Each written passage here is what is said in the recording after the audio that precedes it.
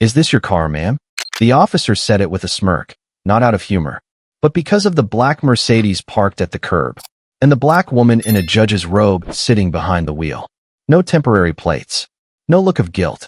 Just a calm stare, and a voice that didn't waver. "I'm Federal Judge Camille Hart. This vehicle is registered in my name. I'm on my way home from court." But he didn't step back. His hand moved toward his holster.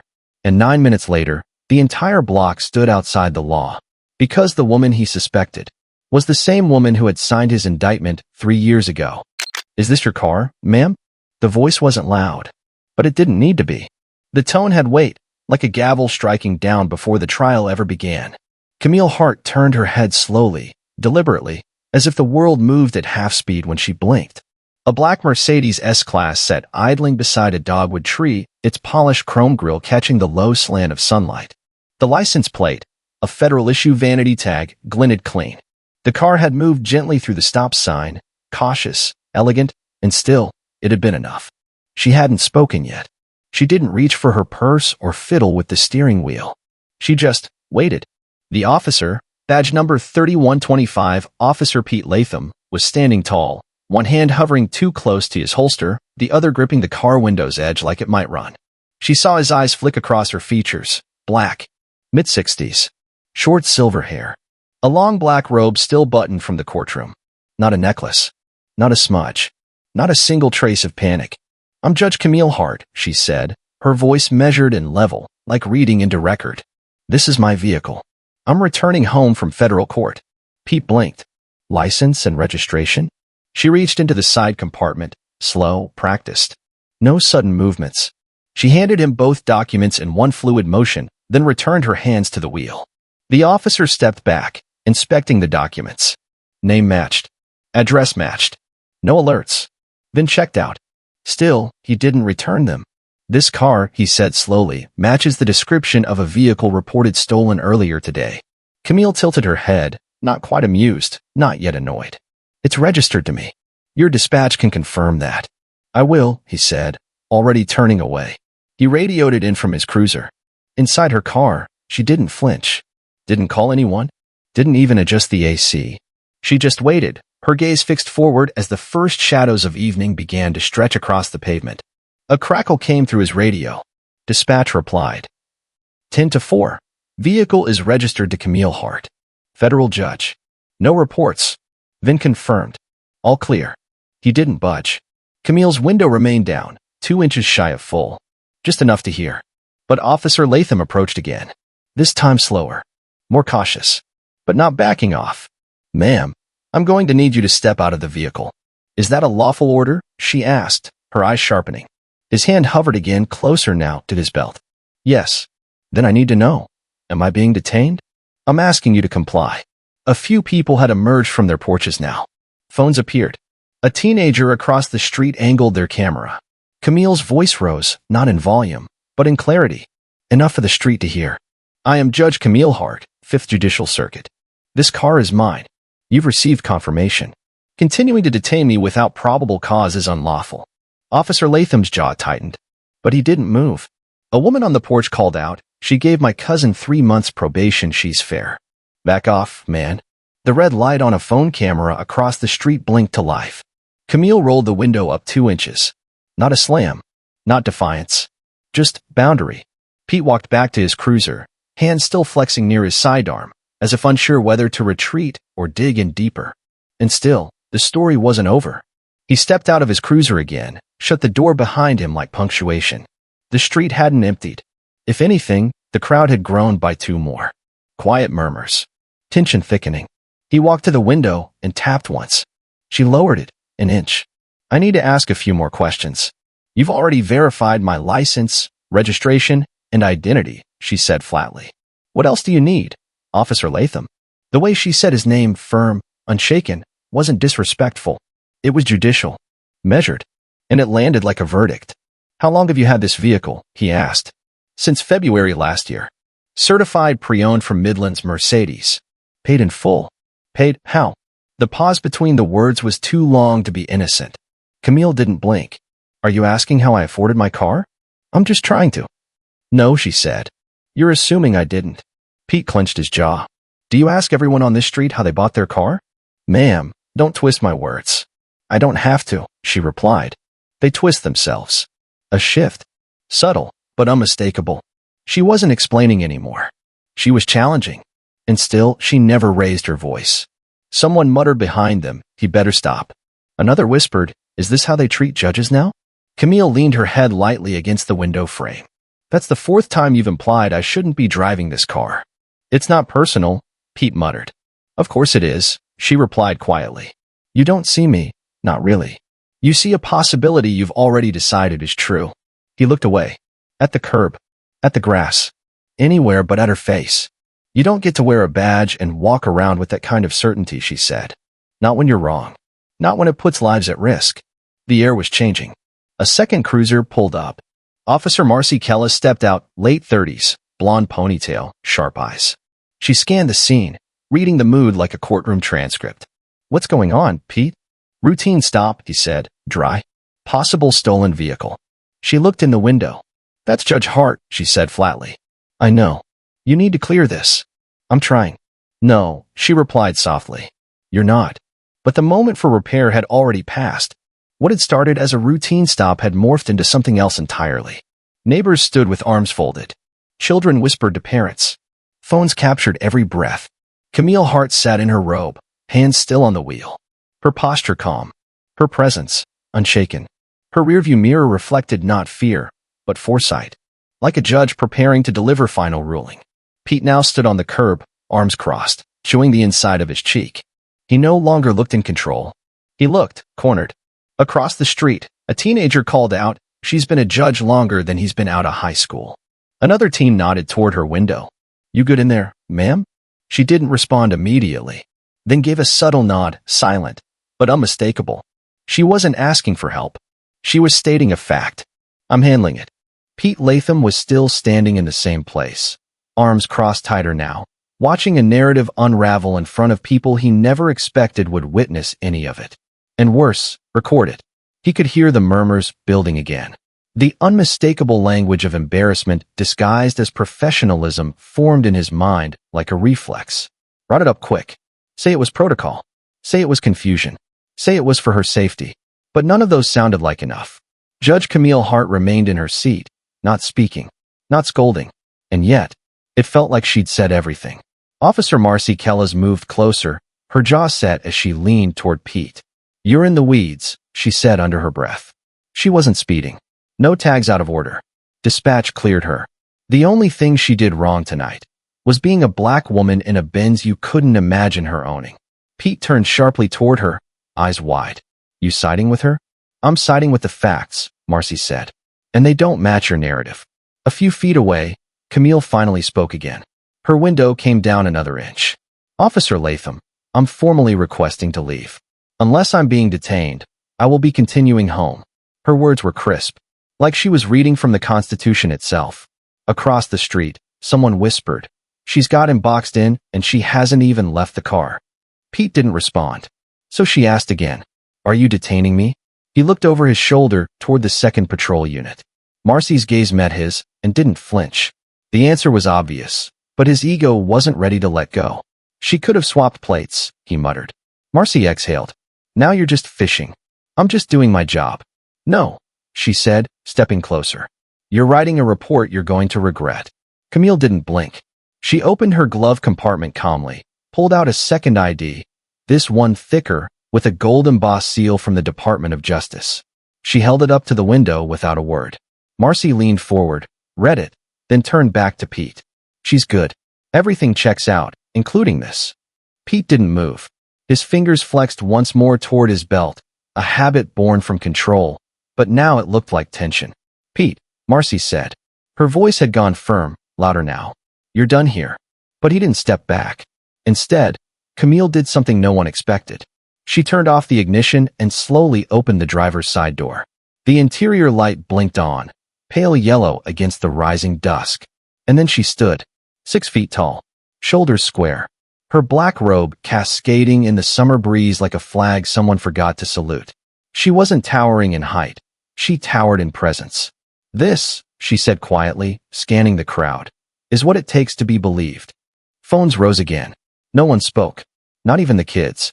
Marcy instinctively stepped forward, her hand raised, palm open. Judge Hart, I advise you. To what? Camille interrupted gently. To remain seated while an armed officer continues unlawful detainment? I've upheld the law longer than he's held a badge. Pete's hand drifted. Camille didn't flinch. Don't, Marcy said sharply. Her voice cracked like thunder. Pete froze mid-motion. You are not the law. Camille continued, turning to him directly. You enforce it. And only as long as you understand what it means. The crowd murmured. Not angry now, something worse, disappointment. Pete looked around. No backup. No supervisor. Just witnesses. Phones. And a judge who'd spent decades weighing lives with words sharper than any weapon he carried. Still, he wasn't ready to surrender. He stepped forward, just 1 foot. Enough to reclaim space. Ma'am, he said tightly. I'm asking you to return to your vehicle. Are you detaining me? Camille asked again, her tone steady. You're interfering with a police investigation. A laugh broke out from someone near a mailbox. What investigation? Her own life? Marcy turned to Pete, her voice low but furious. That's not going to hold. You're improvising, and it's not policy. She refused to comply. She complied with everything, until it got personal. Camille's jaw tightened, but her voice didn't waver. You're inventing charges, she said. That's misconduct. Pete's hand twitched. Get back in the car, he snapped, louder than he meant. And that was the moment. The woman live-streaming raised her voice. This man's about to arrest a federal judge because she made him look stupid. Camille took 1 step forward, not aggressive, just close enough to lower her voice. Officer Latham, if you place your hands on me without cause, you will be making a career-ending decision. Is that a threat? He snapped. It's a fact. Then, quietly, he reached for her wrist. Not yanking, not aggressive, just enough. And the crowd exploded. Yo, you touching her? She's a judge, man. Are you serious? Marcy shoved herself between them, her voice slicing through the noise. Back off, she shouted. She grabbed Pete's wrist, peeled it off Camille's arm. Let go. Right now. He did, breathing hard. His lips parted as if trying to form excuses that no one would believe now. Camille turned to face the bystanders. I will be filing a formal complaint. I will request full release of all body cam and dashcam footage. And I strongly advise anyone recording tonight to keep their footage safe. No cheers. No wild applause. Just a ripple of agreement, sharp enough to cut through asphalt. Pete stumbled back. Marcy didn't move to stand by him. She stood beside Camille now. You good to drive, Judge? I was good before this started, Camille replied. She stepped back into her car. No door slam. No tires screeching. Just a clean, dignified pullout. And as the Mercedes disappeared down the block, Officer Pete Latham stood on that sidewalk, not as a man enforcing the law, but as a man who had just been publicly shown that he no longer understood it. Marcy broke the silence. You just tried to detain a sitting federal judge over a car she owns, and a feeling you couldn't explain. Pete stared at the street. You escalated it. You ignored dispatch. You ignored the badge she held up. You wrote your own version, and it collapsed. He didn't reply. Across the street, someone called out. You better start prepping that lawsuit paperwork, Latham. And the tension in the air shifted from heat to wait. Because the night wasn't over. Not for the department. Not for Pete. And definitely not for Judge Camille Hart. The video was just under 4 minutes long. No narration. No edits. No music swelling in the background. Just a shaky phone clip, held by a teenage girl in a hoodie, uploaded from a porch in Columbia, South Carolina. It started with a black woman sitting calmly in her car. It ended with a white police officer being physically stopped by his own partner from escalating further. By sunrise, the clip had over 300,000 views. By 8:12 a.m., it was trending nationally. And by 9 o'clock, Judge Camille Hart's name was splashed across headlines with phrases like racial profiling, abuse of authority, and body cam silence. Inside the Columbia Police Department, the usual Monday morning chatter was absent. No cups clinking. No shuffle of chairs. No oversugared coffee being poured with tired banter. Just stillness. Chief Harold Epps walked into the briefing room without a word, set a folded newspaper on the table, and slid it toward the center. The headline read, Federal Judge Wrongly Detained. Was her robe the real threat? No one reached for it, but everyone read it. Epps didn't sit. Where's Latham? He asked, voice low. In the locker room, someone mumbled. Epps turned to his deputy. And the body cam? A pause. We're missing audio from minute 9 through 11. Epps closed his eyes briefly. And why is that? A younger officer cleared his throat. System says it was accidentally muted. Muted, Epps repeated. During the exact moment he grabbed her? A nod. The silence in the room wasn't confusion anymore. It was dread. Pete Latham sat in the far corner, stiff in a folding chair, fingers locked. He didn't look up as Epps finally turned toward him. You filed your report? Yes, sir. I read it, Epps replied. It doesn't match what's on camera. Pete didn't respond. He couldn't. We're initiating an internal review. Effective immediately, you're on administrative leave. A beat passed. With pay, someone muttered. Standard protocol, Epps said. Don't mistake that for support. Across town, Judge Camille Hart sat at her kitchen table, in the same spot she graded essays for her students back when she taught law part-time at Benedict College. Her robe hung neatly by the door. She wore a simple t-shirt and a pair of black slacks. Her phone buzzed on the table every few seconds, texts, emails, missed calls. She didn't answer any. Instead, she watched the clip. She watched her own face, how still it remained even when Latham's hand moved toward her wrist. She watched Marcy Kella step between them, the instinctive raise of a hand, the moment she said, don't. And she watched the eyes of the people around them. The shift. It didn't surprise her. But it still cut deep. Not because it happened, but because she'd always known it could. On her fridge hung a photo, her father, Thomas Hart, in his police uniform from 1978. Back when being a black officer in the South meant writing tickets on one side of town and being harassed by deputies on the other. He had warned her when she was young. The robe doesn't change what some people see. They'll look through it, past it, around it, until they find what they already want to believe. She believed, for a time, that achievement was armor. That if she followed the rules with surgical precision, rose through the system without shortcuts or scandal, she could insulate herself from its ugliest instincts. But now she wasn't so sure. At 11:32 a.m., her clerk, Nadia, arrived holding a tablet and a folder. You've got reporters camped at the courthouse doors, she said. Camille didn't look up. I'm not answering press. I brought the docket. Tomorrow's hearings. Camille finally glanced up. You think I should go in? Nadia paused. I think. If you don't, they'll say it's because you were afraid. Camille raised an eyebrow. You think I'm afraid? No, Nadia said softly. I think you're tired. Camille let the silence sit for a moment. Then she nodded once. I'll be in court. Same time as always. That night, the protest formed. Not massive. Maybe 100 people. But steady. They stood outside the Columbia Police Department under handmade signs. Power doesn't mean permission. Who judges the police? One image had already gone viral, Camille stepping out of her car, robes catching wind, eyes locked on Officer Latham like a final verdict. Inside the department, Pete Latham sat alone, packing his locker into a cardboard box. He didn't look angry, just lost. He had followed instinct, protocol, training, but none of that felt like protection anymore. He stared at a photo on his desk, his daughter on the beach, last summer, toes in the sand, eyes full of ease. He wondered how to explain what he'd done, without sounding like a villain in a bedtime story. Just then, a knock tapped lightly on the doorframe. Marcy Kellis leaned in, arms crossed. You all right? He didn't answer. I didn't want it to go like that, she said. But you didn't give me a choice. He nodded, slowly. You ever think, she added, maybe what feels normal to you is exactly what needs fixing? Pete looked up at her. Hollow? I'm starting to.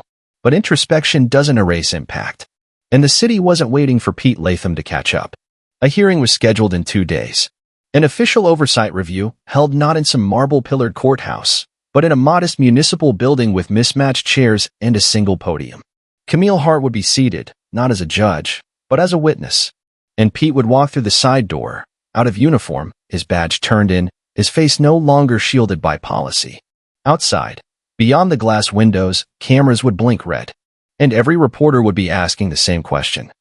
Why did the audio go silent, right when her voice mattered most? The room wasn't built for tension. It was a municipal chamber, fluorescent lit, low ceilings, tan walls lined with outdated maps and community service flyers. Folding chairs creaked beneath the weight of silence. A pitcher of lukewarm water sweated on a narrow table beside a half-empty tray of paper cups. But none of it mattered. Because that morning, Columbia wasn't gathering to discuss potholes or zoning. It had come to watch a system try to explain itself. At 9:17 a.m., Judge Camille Hart walked through the front doors of the Hardin Street hearing room. She wore no robe today, just a navy blue suit, pressed, deliberate. Her hair was pulled back, silver catching the light like threads of quiet defiance. She didn't smile, didn't nod, but she didn't look shaken either. She looked like someone who had spent her life preparing for this exact kind of scrutiny, and had simply hoped it would never be necessary. Inside, 5 people sat at a long table under a banner that read, Columbia Law Enforcement Oversight Panel.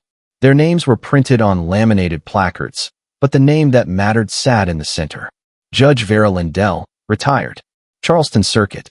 Late 60s. Gravitas in every breath. Eyes sharp like a gavel.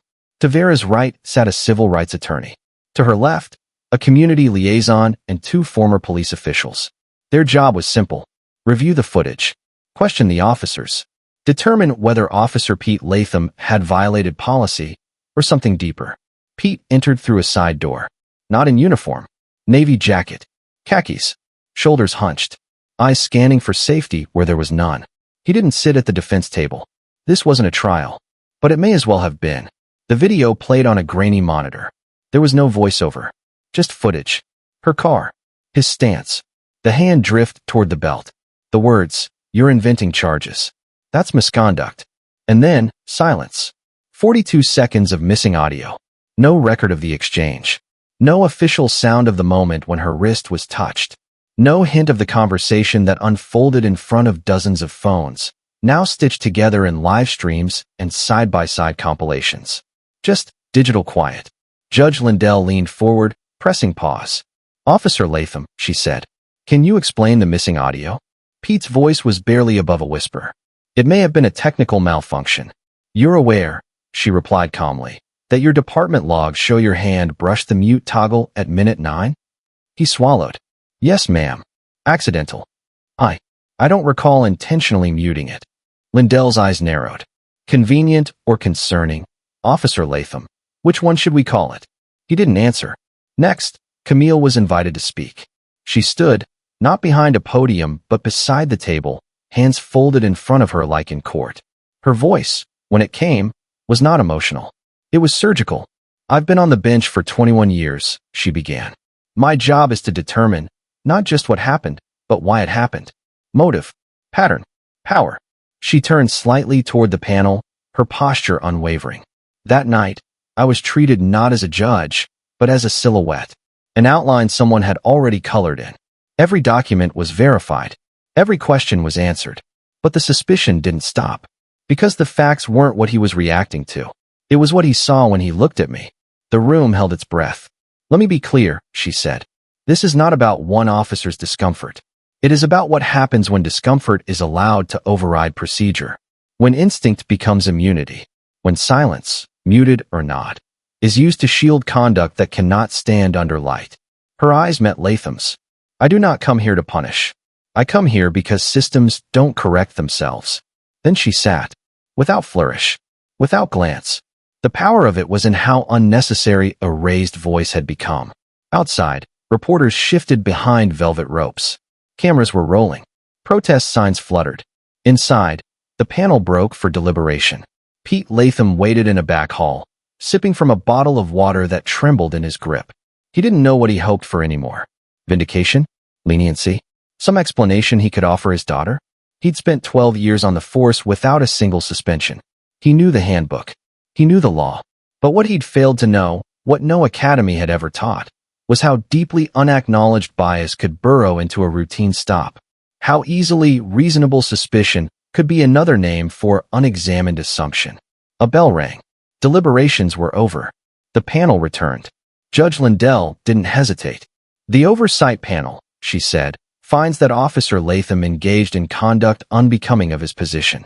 His actions were excessive, unsupported by evidence, and compounded by the intentional silencing of department-issued body camera audio."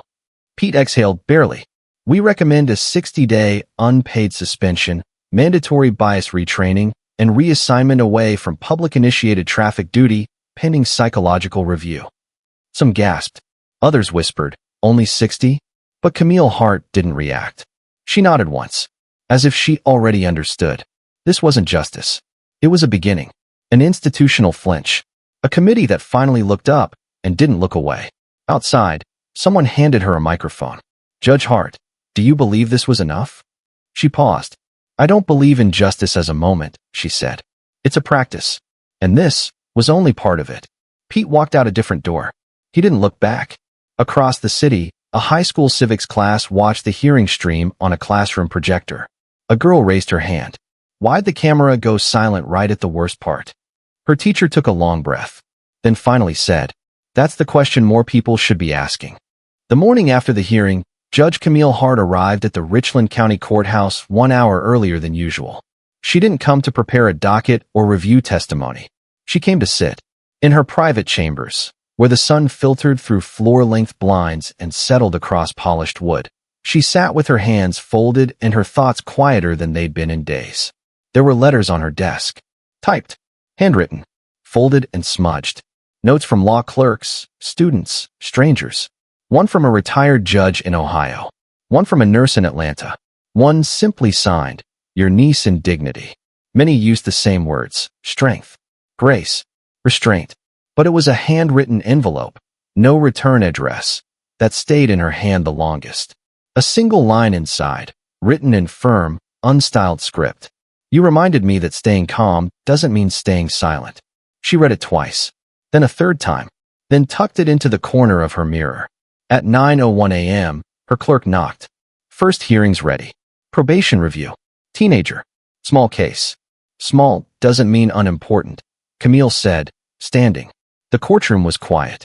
It always was in the first hour, before noise from the hallway bled in, before attorneys shuffled pages like shields, before families whispered prayers into sleeves. A young boy sat at the defense table. 17 maybe, shirt tucked in too tight, eyes scanning everything except the judge. A public defender leaned close, whispering last-minute advice like a coach before a play that mattered more than he'd ever admit. Camille entered from the side door, sat down, adjusted the mic, folded her hands over the case file. Hart versus Ellison. Petty theft. No priors. Suspended twice. Public school. Single mother. No father listed. The boy stood as she read. His voice cracked when she asked for his name. Jeremy Ellison, ma'am. She nodded. Calm. But her gaze was direct. Do you know why you're standing here today? Because I made a mistake. She paused. That's part of the answer. But not the whole one. He blinked. You're here, she continued, because you were caught. The real question is, do you understand what kind of man you're becoming? The courtroom stilled. Jeremy didn't speak. Not right away. Then finally, I don't want to be in this room again. I believe that, Camille said. But belief isn't enough. She tapped the file lightly, then closed it. I'm continuing your probation without extension. No jail. No record, if you stay clean. But next time, there won't be another conversation. Yes, ma'am. She tapped the gavel once. Soft. Final. Case closed. Jeremy's shoulders dropped as if 10 years of weight had been lifted in a single ruling. His mother wept silently into her coat sleeve. Camille watched them leave, then leaned back slightly, not from fatigue, but from balance. This was the work. Not the press. Not the hearings. This. The space between dignity and decision. Outside, a new mural had gone up overnight. Spray painted across the underpass near Taylor Street, just a block from where it all began, was a full-color portrait. Judge Camille Hart, standing tall, one hand open, the other holding her federal ID like a quiet badge of survival. Her expression wasn't stern or heroic. It was clear. Underneath, someone had written. She didn't raise her voice. She raised the floor. People stopped and stared. Some didn't know the backstory. Some knew every detail. But all of them paused. Because the verdict that changed the city hadn't come from a courtroom. It had come from silence. The kind that refuses to lower itself to shouting because it knows exactly how loud truth becomes when no one can stop it. Pete Latham didn't go back to traffic duty. After the panel's decision, he spent his days in mandatory retraining courses, quiet classrooms where instructors played back footage of real encounters and asked questions he used to think he had all the answers to. He didn't speak much. Not at first. But the last writing assignment changed that. 500 words. Describe a time your assumptions shaped your actions. and what it cost. He stared at the paper for half an hour, then finally wrote, I didn't see her. Not as a judge. Not as a person. Not even as someone with a name. I saw a threat shaped by nothing but my own fears, and I acted on it. And the worst part is, I thought that was what protecting people meant. I understand now that the badge doesn't protect you from accountability. It makes you responsible for it. He didn't turn it in for extra credit. He turned it in because there wasn't another way forward. On the anniversary of the incident, exactly 1 year to the day, a local journalism student aired a documentary short called The Silence They Weren't Ready For. It opened with Judge Camille Hart stepping out of her car, robes moving gently, eyes calm, her hand holding a badge up to a man who no longer spoke in return. And it closed with her in a courtroom, no robe this time, standing before a group of high school students during a civics field trip. Any final questions? She asked. A girl raised her hand. Did you ever want to yell at him? Camille smiled, for the first time that day. No, she said, because what I said without yelling echoed longer than shouting ever would. And that, right there, was the verdict. The one she never had to speak. The one a city heard anyway.